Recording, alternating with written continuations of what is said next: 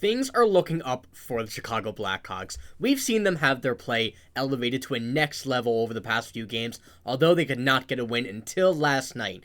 A 4-3 overtime win against the struggling New York Islanders, and what a game it was. Many players played well, a few monkeys off the back as well, and this is exactly what we want to see from the Chicago Blackhawks. Now, I'll be going over the game, a few updates on some injuries, as well as, the key pieces, the key parts of this game. Before we get into all of that, though, we notice that 83% of you guys watching right now are not subscribed to the channel. So if you're looking for a spot to get all your Blackhawks news as it happens, you're in the right spot. Make sure to hit the sub button, subscribe to the channel so you don't miss out on any of the major Blackhawks news that we have to bring you. But we're going to start this game off very, very strong.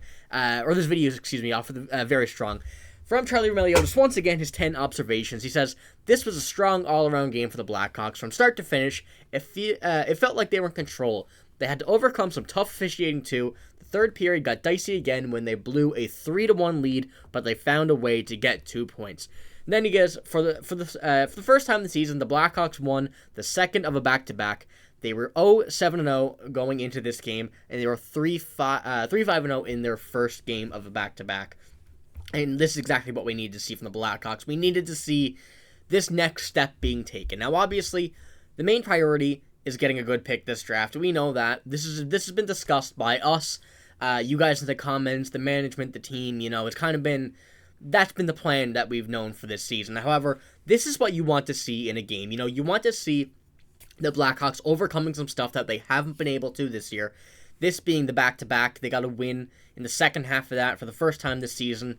And, even though the Islanders are struggling right now, this is exactly what the Blackhawks need. They need to get used to this. They need to get used to winning, although it won't come as easy as it does in some games. It won't be, it won't all be like this game that we had last night against the Islanders. However, this is the next level. This is the next step that we're seeing the Blackhawks transition to from the beginning of this season. There's already been a major difference that we've seen from what the season started like to right now. The play has been much better from the players, the team as well. Although we're not getting the results we want in the win and loss column. Finally got a win after playing very good in the past few games as well. Just struggling to get those final pushes to get another goal, giving up a few late leads, but overall, those games were played pretty well, but this one is exactly what we needed to do. So if this continues, if this is what the Blackhawks are turning into, it's a very good sign going into the next season, going into the offseason, going into the later part of the season as well. The Blackhawks are at a very low point in the standings already, so that's not going to affect much of what we had right now. But for now, this is exactly what we need to see the Blackhawks doing, but not at, a too good of a pace, if you know what I mean. But once again, Charlie Meliodas, heck of a game from Joey Anderson, Colin Blackwell, and Jason Dickinson, the line of them. The three of them come out for 6 points. Anderson had a goal and assist, Blackwell had an assist, and Jason Dickinson finished with a goal and 2 assists for a 3-point outing. There we go. Jason Dickinson, once again, what we need to see. We said, in the absence of Connor Bedard, the absence of Nick Foligno, we need some more guys to step up. The absence of Taylor Hall.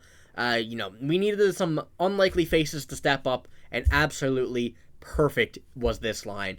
I'll pull it up again. Joey Anderson, Colin Blackwell, Jason Dickinson. We know how good Jason Dickinson's been this year. Joey Anderson's been hurt for a good bit, and Colin Blackwell didn't start the season. Now that the Blackhawks have finally started to find their groove, find the lineups that they want, find the line combinations that work out well, we're starting to see, like I said, this next evolution of the Blackhawks coming through. They're finally getting comfortable with each other. They've been able to, work well together. It's what we haven't seen at all pretty much this season from very few players on this team.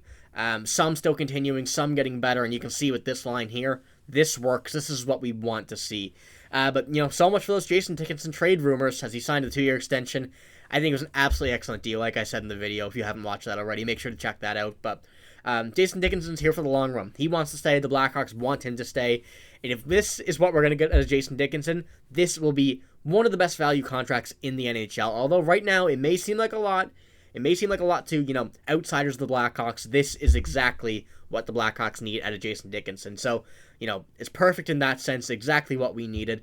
But we have another player who's finally getting to where we need him to be, where we want him to be, and that is Seth Jones. He is back. last night, I think that was the true tell of what we needed to see from Seth Jones to get that monkey off his back. Having no goals this season, getting his first, which was the overtime winner, and, just a perfect game. Got his 100th point as a Blackhawk when he got an assist early in the game. Scored the game winner in overtime for his first goal of the season. The monkey is finally off his back. Exactly the words that everybody was saying, everybody was thinking.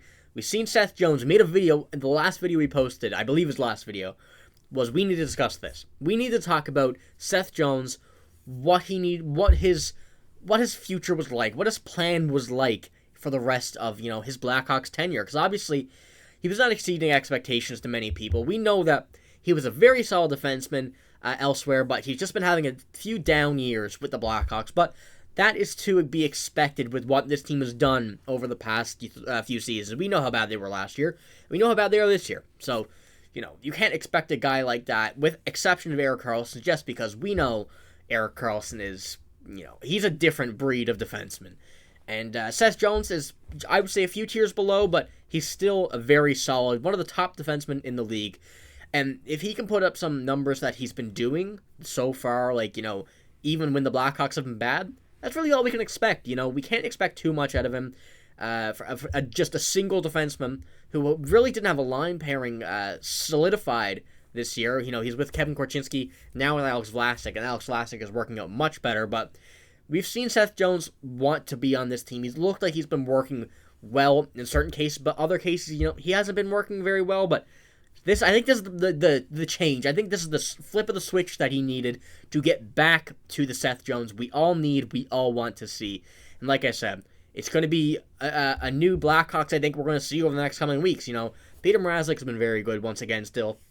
The players are realizing that, the season may not be what they're wanting, but there's still lots of time to be able to get what they want to do. No playoff bound, absolutely not. We're not even going to discuss that. However, working together with your teammates, having everybody back healthy, which is hopefully coming soon.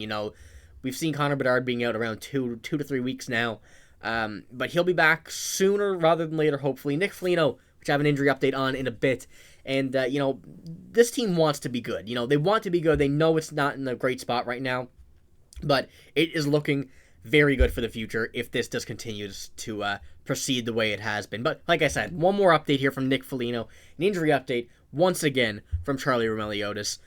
He goes on to say, Nick Foligno, who has a fractured finger, is expected to practice over the weekend and will travel with the team for their upcoming 4-game road trip, which is great news. Once he takes contact, it's simply a matter of getting up to game speed, and I imagine he'll try to push to play on Monday, but we will see. Once again, if Nick Foligno can get back on Monday, I think this team just even takes that next step up to get to the point where we've been discussing, this team looking different. It's a different feeling, at least for me, it's a different feeling watching these Blackhawks games. It just feels different. It feels like they enjoy playing. It feels like they enjoy getting points, putting the puck in the back of the net. It just seems like Jason Dickinson is really taking that lead, taking that next step, taking everybody with him, that he just wants to play, go out there, score some goals, and be a hockey player, which is fantastic for the Blackhawks in the situation they're in. You have to imagine a lot of people are pretty down on this season, one being Lukas Reichel. Still has not found his groove yet, has not had a shot in 3 games. It's a very tough situation for him, but this is the play that this team needs to do to be able to get a guy like Lukas Reichel, not get down on themselves. This is the style of play. Jason Dickinson, Nick Foligno, those guys taking that lead and helping him out along his way. And it will come. Trust me, it will come. The process right now is a long one. It's very tough, longer than we had hoped, but there's still lots of time. I think Lukas Reichel will eventually get that down once again, like Seth Jones did in yesterday's game. So let me know what you think about this game. Really good one for the Blackhawks, I think. I feel a lot of changes coming at the Blackhawks. No roster changes, really, nothing like that. But the flip of the switch, like I said, they're gonna be changing this in a 180. This team looks different. It feels different.